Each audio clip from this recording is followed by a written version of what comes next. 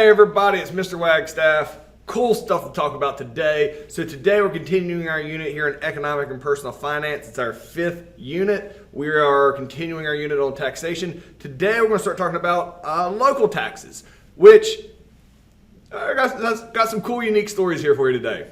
Let's go ahead and get started. So the last couple of days we've been talking about taxes. We spent a day talking about federal tax. The last lesson we talked about state tax. And today we're going to be talking about local taxes.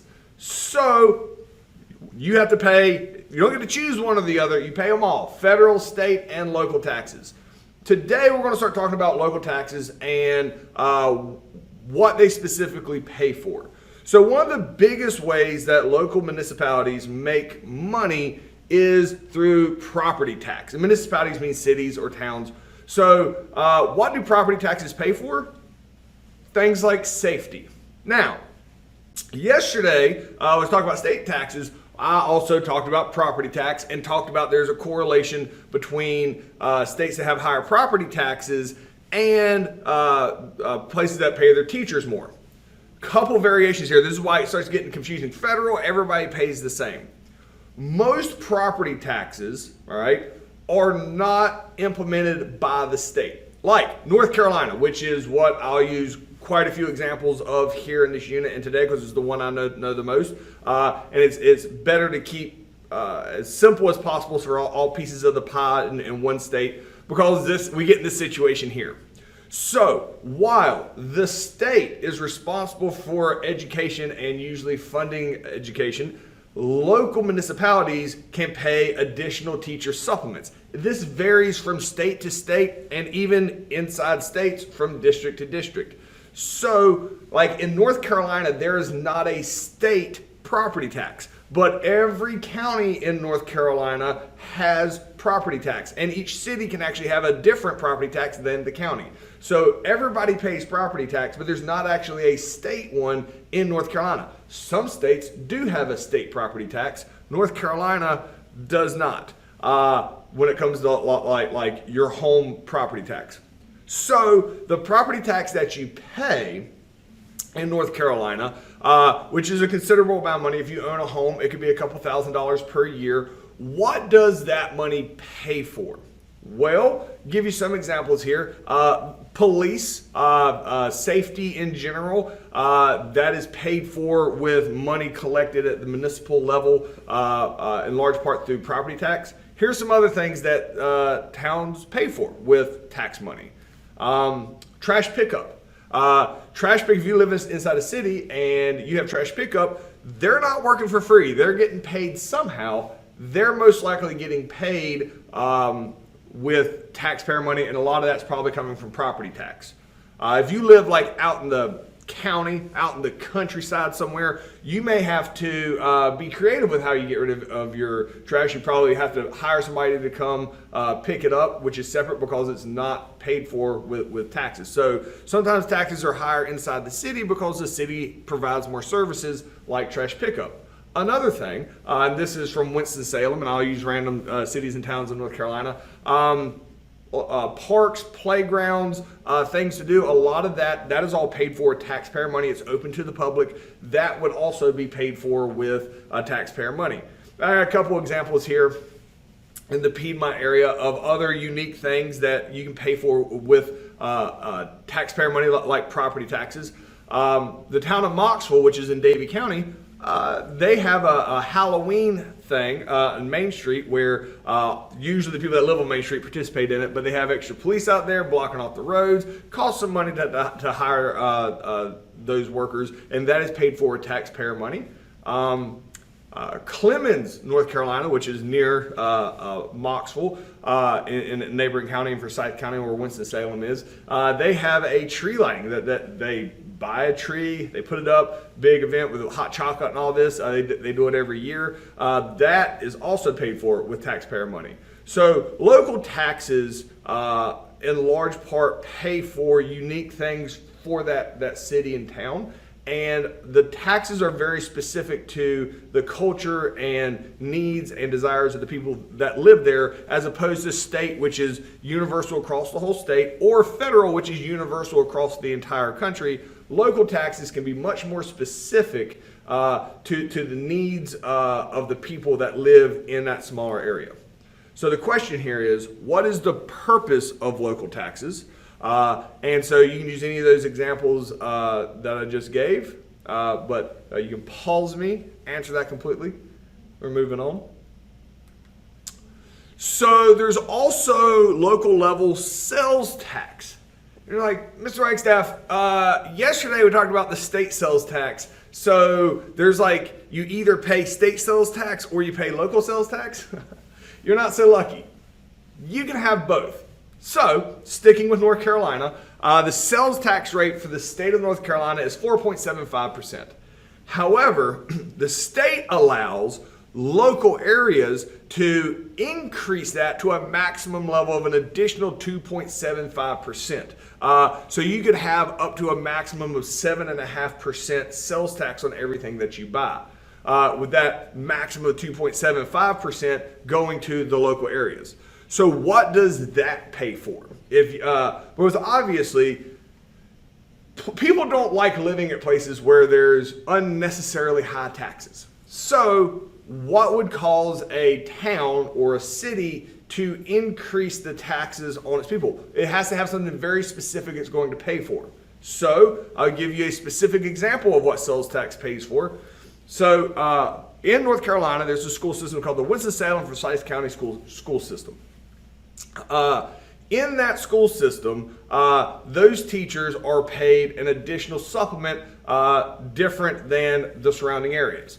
So in order to pay the teachers more, because the state pays the teachers, but the local school district and the local city, they can pay the teachers extra on top of that if they want to, but they have to pay for it. So to do this, the people in Winston-Salem voted that they would agree to a 1/4 cent sales tax for per dollar for which is 0.25% sales tax increase for in order to pay the teachers a higher supplement, because as we discussed yesterday, typically teachers in areas in which teachers are paid more, they stay longer. They're usually you can select a higher quality of teachers, and it usually benefits the entire area because you have a more qualified workforce if you have higher qualified public education.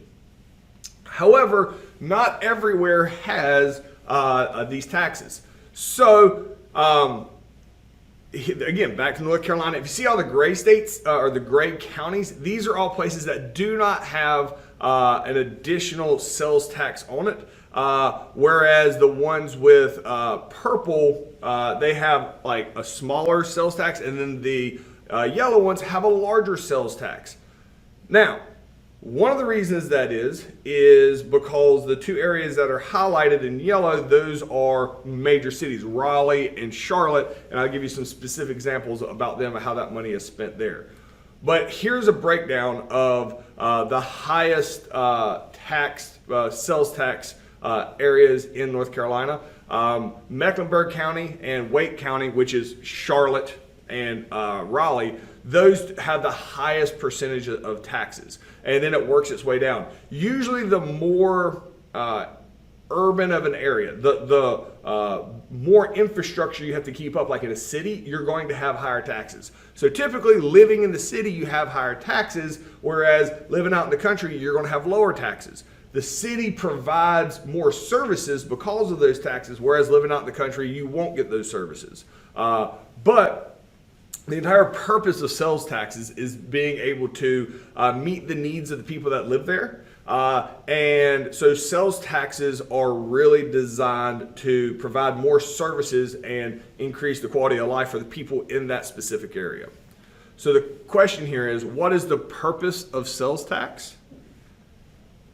And you can use a specific example of paying for teachers or something like that, because it kind of goes into a general fund in the local local area. So let's talk about local excise taxes. All right.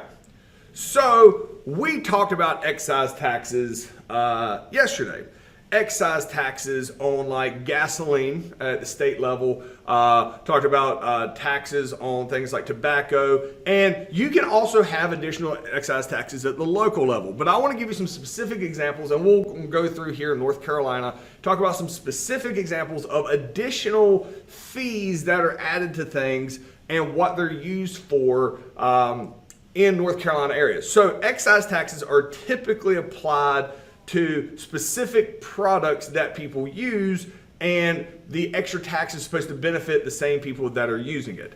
It gets more broad when you start looking at excise taxes at the local level, but here's an example. So Mecklenburg County, all right, that is Charlotte, the city of Charlotte. They have a 1% prepared food and beverage tax on all food and drinks sold in restaurants, bars, and other food establishments in the county. Meaning, if you go to a restaurant, your food is going to be slightly more expensive. There's an additional tax, a 1% tax on anything you buy in restaurants. So, but all the money made from that goes to fund tourism, arts, and cultural programs. The reason they need that is because Charlotte being a growing city, people like to come there for tourism, and you have to be able to advertise it. You have to, have signs. You have to have things set up. There is also the stadium here. This is the Bank of America Stadium, and the names of the stadiums change quite often. But this is where the Carolina Panthers play, and these having a football team is very, very expensive. Brings in a ton of money because people will travel from all over the state of North Carolina and South Carolina to come watch the Carolina Panthers play, and it makes a lot of money because they're paying for that food and drink at these restaurants and all that. They're making money. However, all right, it costs money. You have to advertise for it. You have to encourage people to come in. Some local areas with football teams will actually have, and I'm honestly not sure if the Panthers are set up like this, that the stadium is actually paid for by the city in order to bring in the amount of income it comes when you have a game, a home game, and 70,000 people show up and spend money. That is a specific tax. That's in Mecklenburg County. That's nowhere else. Let's talk about another tax. There is a 4% occupancy tax on all hotels and vacation stays in the county of Buncombe. So we're actually going to talk about hotel taxes and what they specifically do. But Buncombe has a pretty high one. And this is if VRBO or Airbnb or you rent a place, you're going to pay an additional 4% in the county of Buncombe. Inside Buncombe County, which is in the mountains of North Carolina, there's a city called Asheville. Asheville is like a huge tourist location. It has, if you like the mountains and you like cities, you're not going to probably find a better one than Asheville. It is so popular now that people that actually live in Asheville are kind of grumpy with how many tourists come all the time, and the prices have gotten really high in Asheville. But there's pristine mountains that you go hiking and have outdoor nature. And then it is a very, very culturally diverse city in the mountains of North Carolina as well. So this 4% occupancy tax is on people who come visit, like in hotels, vacation rentals. That tax is actually passed on to the people coming to visit and to the tourists. And they use that money in order to continue to develop Asheville into a hub that people want to come visit. Another random tax, an excise tax. In Durham, this is Raleigh, there is a 0.5% rental car tax on all car rentals in the county. Car rentals, that seems like, who's renting cars? People that fly. There is an international airport in Raleigh called Raleigh-Durham International Airport. This is used for transportation projects, infrastructure, people that are driving. This additional tax on rental cars in Durham County is in large part paid for by the people that are flying into Durham and then have to rent a car when they're there. So it is a excise tax on rental cars, knowing people are going to be renting cars because they're flying in and you can't check your car and your luggage. So that is why Durham has the excise tax on rental cars, is so many people come into the airport and then rent cars. That money is then paid for like transportation projects and different services in the city. Another one, and I wanted to, Winston-Salem is a smaller known city in North Carolina. There is a 25% sales tax on all purposes in the city. This is in addition to the 0.25% that, because it's the same county in which for the teacher pay that we talked about with the sales tax. So this is an additional sales tax that this time is kind of viewed as an excise tax on food, beverages, and services, in large part because Winston-Salem has over the last 10, 15 years really gone through a revitalization process of, instead of appearing to be this like old city with an old infrastructure, is really renovating it and really rejuvenating the entire city as a whole. Which takes a lot of money to do. This is BB&T Stadium, this baseball stadium. You see Winston-Salem in the background. That's a minor league baseball field.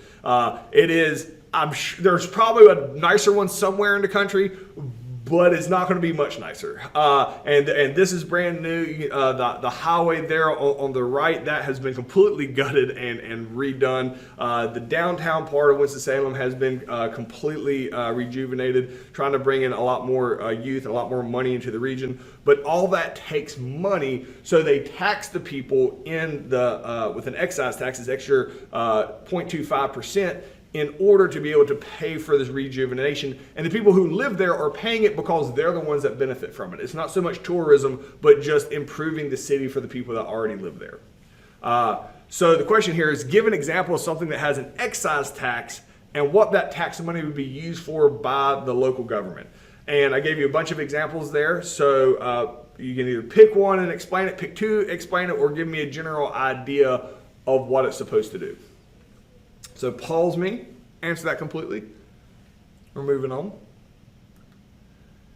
All right, hotel taxes. So we talked about Buncombe County. Buncombe County, they have that 4% excise tax, but it was a hotel tax to increase tourism. So hotel tax in general is a tax generally put on places that have hotels. Almost every town, city has hotels. There's an extra tax every time you rent a room that you pay an extra tax on called the hotel tax. So why do hotel taxes exist? It's almost like such a broad and common excise tax. It gets its own little slide here. The reason hotel taxes are important, and hotels understand that, yes, the hotel tax makes it more expensive to stay there. However, it is being passed on to the people who are staying there, and since it ends up benefiting everybody, nobody really complains about it. Except for probably the people paying it, but we're always going to complain about taxes. One of the biggest things that hotel taxes do is they pay for advertising and marketing. So this is, I went and found Chamber of Commerce for the mountains.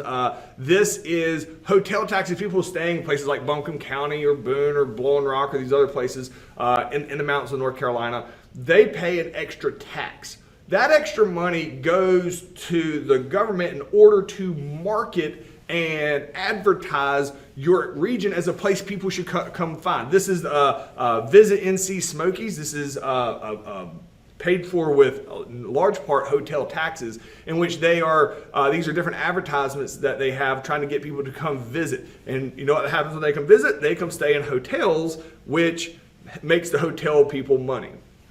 So it does advertising and marketing. There's another thing that hotel taxes do. It helps with the infrastructure. And I'm going to show you an extreme example here, and it's a little unfair. Hotel taxes are important because places that have hotel taxes are typically high tourist areas. So they need a unique type of infrastructure. So this is an extreme example of what hotel taxes can pay for. When I say hotel taxes, I'm also talking about rentals, condos, and things like that. So this particular project, 65% was actually helped paid for by the federal government, and 35% was local taxes. So this is a massive undertaking, but I'm familiar with this one myself, and that's why I wanted to go and pull this one out. This is at Curie Beach in North Carolina. So this location is directly on the water, and you can see the erosion, which has pulled the sand away at high tide. Like literally there's no beach, and it is all up on these condos here that people can rent.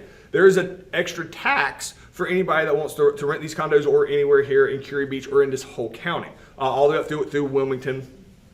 So if you saw this like I did, because I was actually there when it looked like this, and I said, oh no, like, why would they build it so close to the water? And then I realized, oh my gosh, this is erosion, because you can tell where the piers were like going out, and they're like, next year this won't even be there. And when I showed up the following year, because we went back to the same place, really enjoyed it in Curie Beach, we went back the following year and rented another place on the same strip of beach. And I was like, what in the world happened?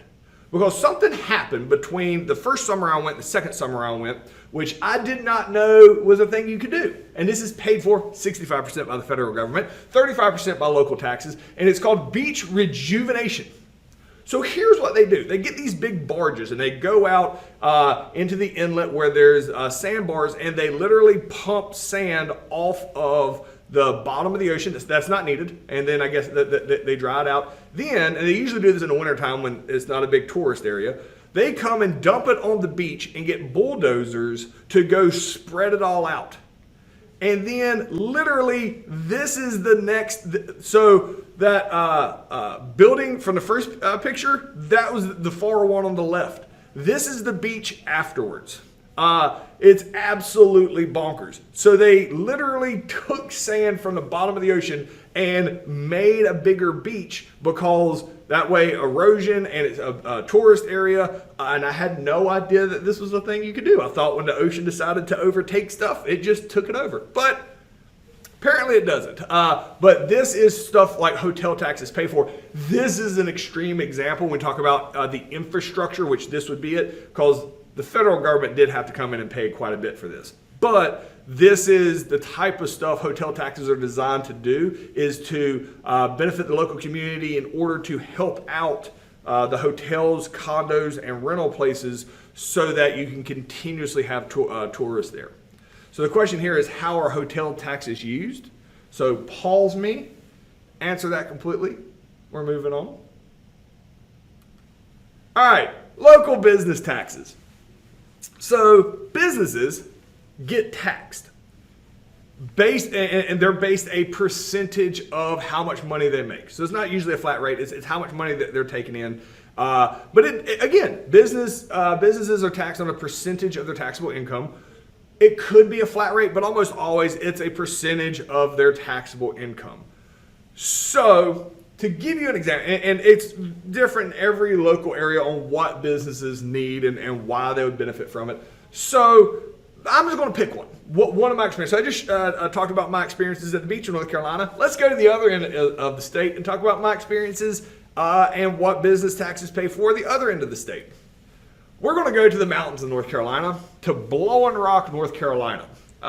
It is next to Boone, which is the College of Appalachian State. If you're not from North Carolina, probably don't know about this. FYI, if you're not from North Carolina, it's pronounced Appalachian, not Appalachian. Get you beat up around these parts. Joking, but not really. People will look at you if you say Appalachian. It's Appalachian, all right?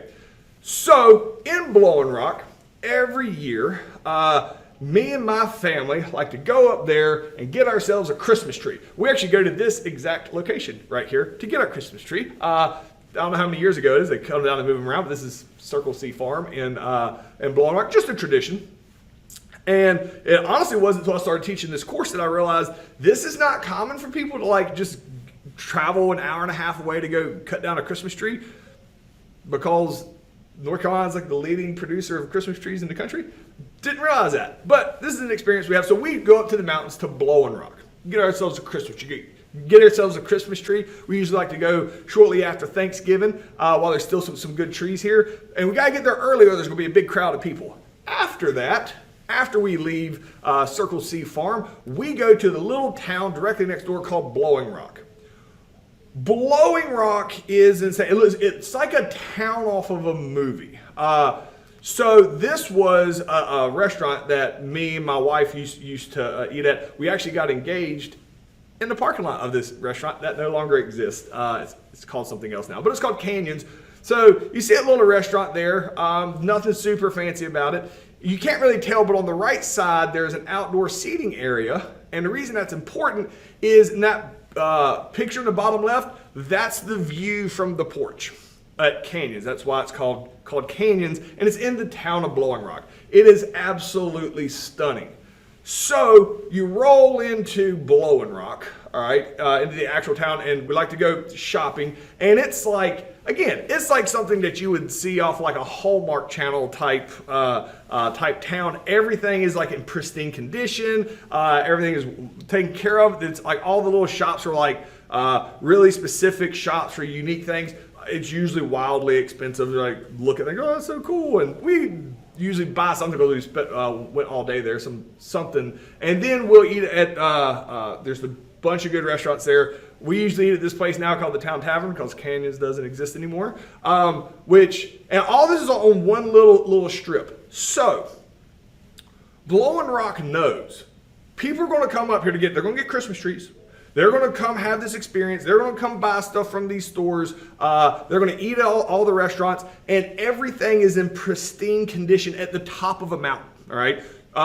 So there is a big business tax on these companies there in Blowing Rock to help fund and keep everything immaculate in great shape. And then this always, every time I go there, there's a whole reason I want to give this example is every time we go there, I am baffled by the park they have right here in the middle of this little shopping outdoor area. This is the park. It looks like grass. That is like super soft. Like you could fall off of there and like bounce off that ground.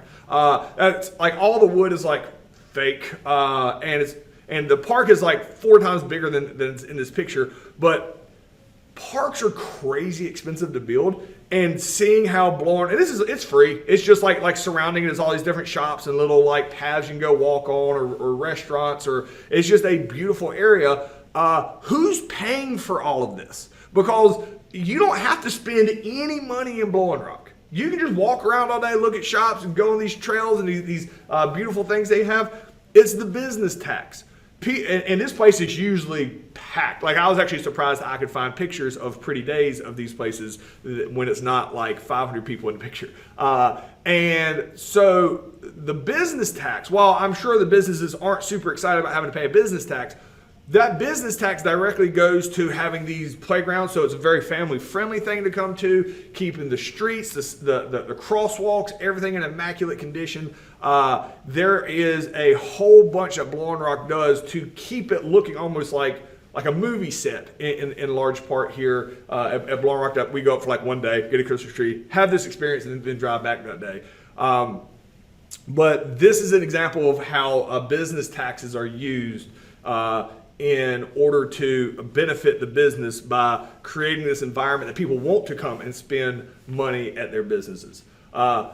So the question here is, what is the determining factor for the amount of business taxes owed? Business taxes are almost exclusively taxed on how much income that you made that year is a percentage of that, and that goes to the local municipality in order to fund the things that would benefit the business in that local municipality or city.